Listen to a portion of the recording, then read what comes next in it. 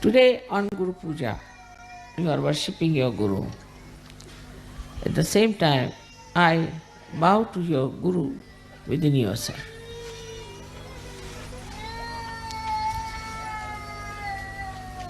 Let your Guru come up and show itself. Especially the kind of a Guru you have. I am not strict with you, I am very gentle. Because as I told you, fundamentally is a different thing, is that it is not for an individual, but it is for the collective.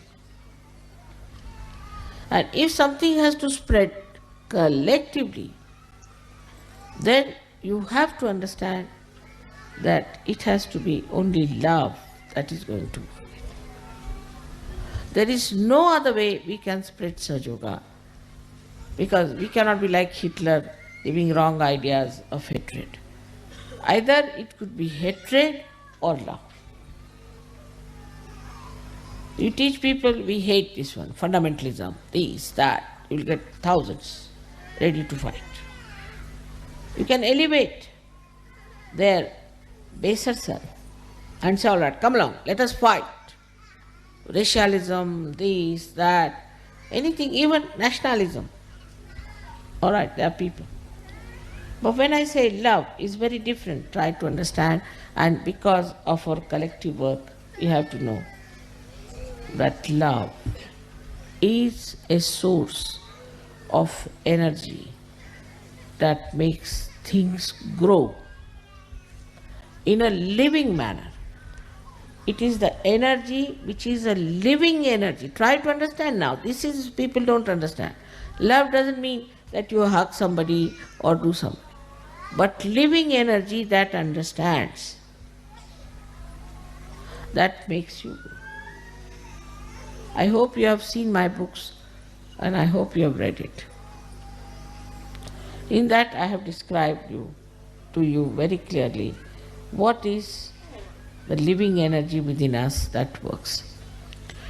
And anything that is working, for example, see this flower.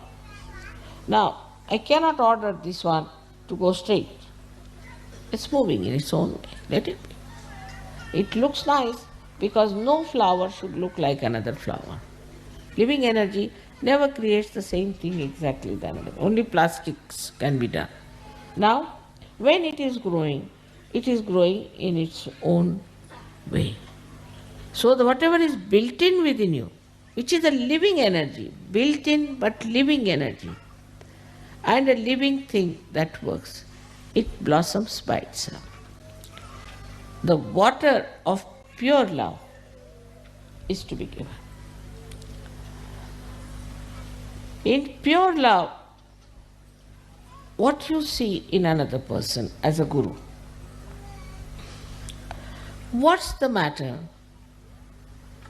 with myself where it is obstructing me to go further? In another person as a guru, what you see is how to handle this man with love so that he comes closer to reality. It's a very gentle process. It's a very loving process. And nothing like really enjoying your love. Just to know that I love so many people itself is so great. And you to see, feel that I love so much. But it should be samadrishti, means with the same eyes you should see everyone. You see everybody with the same eyes. Isn't it? Only two eyes are there. But you see everyone with the same eyes. They are different. All right? You see them as different. But your eyes do not discriminate. Your eyes do not see somebody black, somebody white, somebody blue. They see what they are. When you start seeing with samadrishti means the same eyes, same sight, not to change your ideas. Because what happens that your own mind twists it and you start seeing somebody as different, somebody as different. Now with the eyes, I see the fan. But supposing my mind is off, I might see as a human being. So if you are a sane person, then you will see everyone as they are. This is samadrishti, is that you have the same eyes for everyone. Do not get twisted. So that you cannot have somebody is your special friend, somebody is number 2 friend, somebody is number 10 friend, and some as your enemy. Once you start looking at things like that, everything will get into proper shapes. Otherwise, one can go crazy. Also, it should be samyak. Samyak means integrated. There should be an integrated knowledge, like the eyes when they see where you are sitting, where you are, where is this person, where is that person, what is the relationship. So the knowledge about others is in relationship with each other. Now supposing there's a gentleman who has a child and there's a problem between that gentleman and the child. To approach that person, you must know that he has a child. Not to just make him separated from others, singularize him. You take somebody, say he is from England or he is from Italy. Then try to understand him that he is from that particular background and that background is around him. So he is like that. If you can have this kind of a full knowledge of others, there will be no problems, no quarreling, nothing. Otherwise there is a conflict all the time, and that's how one feels very tired. Eyes do not react. Eyes just see. Whatever is there, they just see. Eyes never react, but the mind reacts. And this reaction is the one which is responsible for spoiling your attitude towards people. So now, you should have a witness state. As Gyaneshwara said, Niranjana Pane. Niranjana Pane. To see somebody without any reaction. Just to see. And you'll know everything about that person as soon as you see that person. Niranjana Pane. Because as long as your brain is there, you do not see that person as he is. But as soon as you see that person, you just know what it is. And then immediately you will know his chakras, his kundalini, everything will penetrate. But your mind, which is loaded with nonsense, will not allow you to go to that level. So the Niranjana Pahane, the one where you just see something, that kind of an eye we have to develop. So, with that, a detachment starts. Automatically, you do not criticize anybody because your mind is like this against that person. You do not love somebody because your mind thinks this way. You cannot form groups, you cannot have some people who are dear to you, some are not.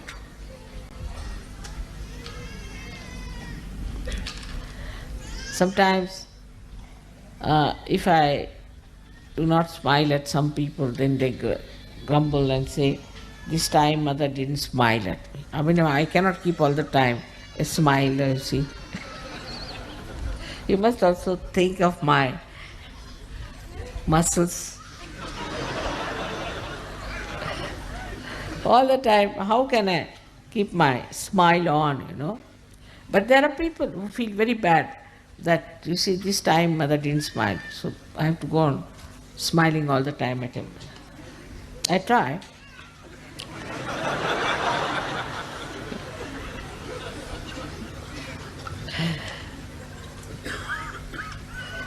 So the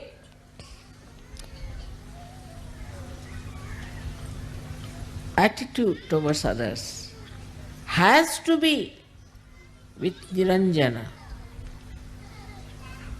attitude, because it's a collective work. It's not strict. It is not in any way clamping anything, because it's a living work. Absolutely living. We cannot. But it is definitely the work which creates harmony, love, affection, feeling of oneness. Imagine to think about someone who is not kind to you, or is a horrible thing. Better think how nice you could be to that person. So the attitude should be that how nice I am going to be with that person. See, somebody is angry with you. It's easy to fight. Come along, you are angry, I am angry. No, go and just tickle. Simple thing like that. And enjoy. Because you cannot enjoy hatred. You cannot enjoy rivalry. You cannot enjoy separatedness. Like this hand has to enjoy this hand. In the same way, you have to enjoy each other. If you cannot enjoy, then you have lost the point. Lost the point.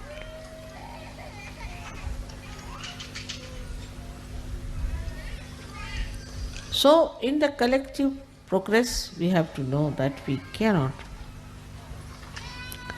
progress if we have no sense of collectivity, that we are part and parcel of one person. If I pull my one ear, it's not that my ear will come out, but it will give pain to the whole body. That's why I say pull both is better.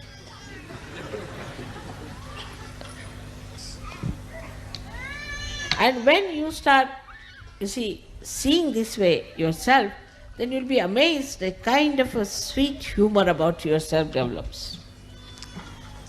And you really become a very interesting, magnetic personality.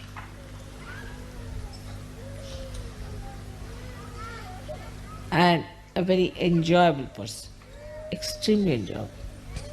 Everybody will seek your company.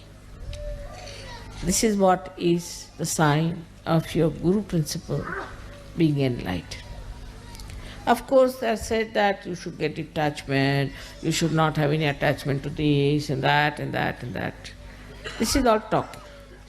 But actually, only introspection and assumption, or we can say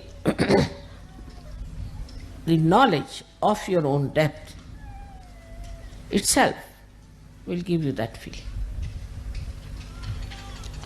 If you have that knowledge that I am a Sajogi and my depth of divinity is so great, that itself will be more than sufficient for you to exist as the topmost Guru.